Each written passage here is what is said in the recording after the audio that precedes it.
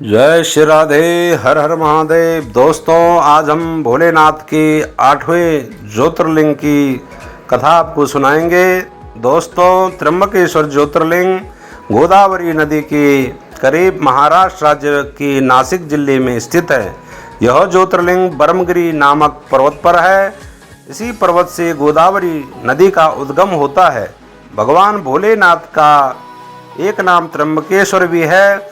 यह ज्योतिर्लिंग समस्त पुण्यों को प्रदान करने वाला है और समस्त कष्ट को हरने वाला है।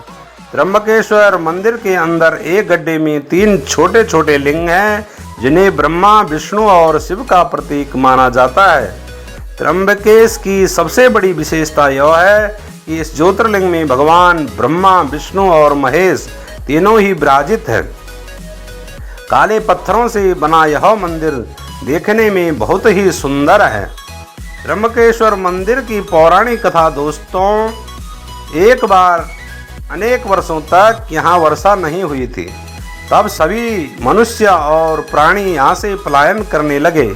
इस समस्या के समाधान के लिए महर्षि गौतम ने 6 महीने तक तप किया। वरुण देव को प्रसन्न किया था।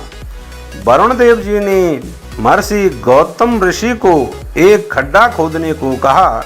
वरुण देव ने उसे दिव्य जल से भर दिया। इस दिव्य जल के कारण वहाँ फिर से हरियाली आ गई और सभी मनुष्य तथा पशु पक्षी वापस अपने स्थान पर पुनः आ गए। इस प्रकार गौतम ऋषि जी की बड़ी प्रशंसा हुई। ऐसे ही एक दिन उस खड्डे में गौतम ऋषि जी के शिष्य जल लेने के लिए आ गए तथा अन्य ऋषि की पत्नियों भी वहां आ गई और वे भी पहले जल लेने की हट करने लगी। गुरु माता अहिल्या ने सबको समझाया कि यह नन्हे बालक पहले से यहाँ उपस्थित थे, तो इन्हें पहले जल लेने दिया जाए। परंतु इस बात से अन्य मुनि पत्नियों को लगा कि माँ अहिल्या अपने शिष्यों का पक्ष ले रही है। इस दिव्य जल की व्यवस्था इनके पति महर्षि गौतम ने जो की है, यही बात बाकी मुनि पत्नियों ने अपने पतियों को बढ़ा चढ़ाकर बताई। इस बात पर नाराज उन ऋषियों ने गौतम ऋषि से बदला लेने के लिए भगवान गणेश जी की पूजा आरंभ की। गणेश जी प्रकट होने पर उन ऋषियों ने गौतम ऋषि को अपमानित करने के लिए भगवान से सहायता करने के लिए कहा। इस पर भगवान श्री गणेश जी ने अनुरोध पूर्वक कहा कि ऐसी मुनि के साथ द्वेष रखना उचित व्यवहार नहीं है, जिसने अपने तप से इस प्रदेश में जल की व्यवस्था करा के सभी को जीवन दान दिया है। परंतु मुनियों के हट करने से गणेश भगवान जी उनकी आज्ञा मान गए। साथ ही साथ यह चेतावनी भी दी कि इसका परिणाम ठीक नहीं होगा। इसके कुछ दिनों के बाद गणेश जी एक दुर्बल गाय बनकर महर्षि गौतम जी के धान के खेत में पहुँचे। गौतम ऋषि ने उस गाय को अपने पास बुलाया और अपने हाथ से खिलाने लगे। उस धान के तिनके का स्पर्श होते ही वह गाय तुरंत भूमि पर गिर पड़ी और उसकी मृत्यु हो गई। ब्राह्मण और उनकी दुष्ट पत्नियां पास ही छिपे थे।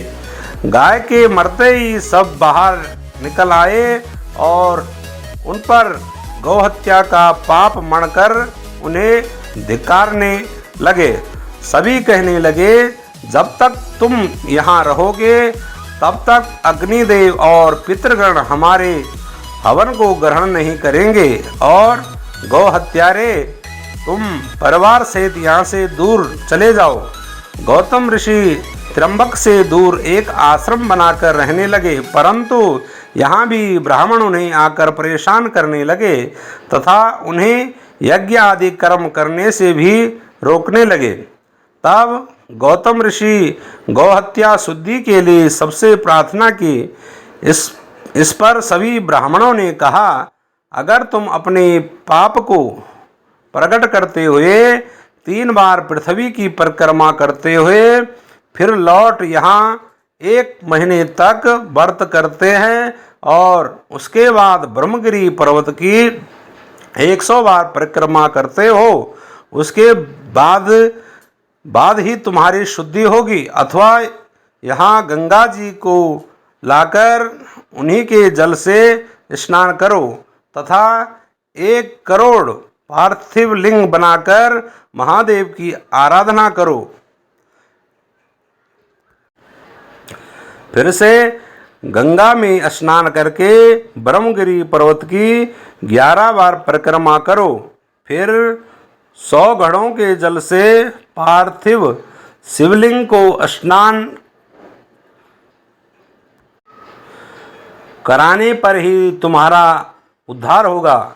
ब्राह्मणों ने जैसा कहा गौतम ऋषि ने वैसा ही किया। साथ ही अहिल्या ने भी अपने पति का इस कर्म में साथ दिया। ऋषि की आराधना से प्रसन्न होकर भगवान शिव उनके सामने प्रकट हुए और उनसे वर मांगने को कहा। गौतम ने निष्पाप होने का वर मांगा। तब भगवान शिव ने कहा, तुम सदा ही निष्पाप हो। इन दुष्टों ने तुम्हारे साथ छल किया है। तुम गंगा की तरह पवित्र हो। इन पापियों का कभी उद्धार नहीं होगा। गौतम ऋषि ने भगवान शिव से कहा, अगर इन ऋषियों ने ऐसा नहीं किया होता तो मुझे आपके दर्शन नहीं होते। हे महादेव, आप अगर प्रसन्न है तो मुझे माँ गंगा प्रदान कीजिए। शिवजी ने गंगा देवी को धरती पर पुनः अवतरित होने को कहा।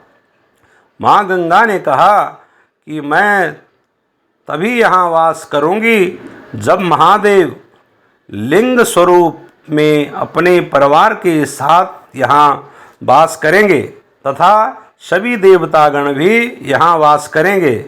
इस पर महादेव ने तथास्तु कहा और देवताओं ने कहा कि जब बृहस्पति सिंह राशि में प्रवेश करेंगे तब सभी देवगण यहाँ आएंगे। इस प्रकार वहाँ स्थित माँ गंगा गोदावरी के रूप में विख्यात हुई और भगवान शिव का ज्योतिर्लिंग त्र्यंबकेश्वर नाम से विख्यात हुआ। दोस्तों, ये थी भगवान महादेव की त्र्यंबकेश्वर ज्योतिर्लिंग की कथा। दोस्तों, आपको यह कथा कैसे लगे? अगर आपको अच्छी लगी तो हमारे चैनल को सब्सक्राइब ज़रूर करें, वीडियो को शेयर करें, लाइक करें और कमेंट में हर हर महादेव लिखना ना भूलें। जय महादेव।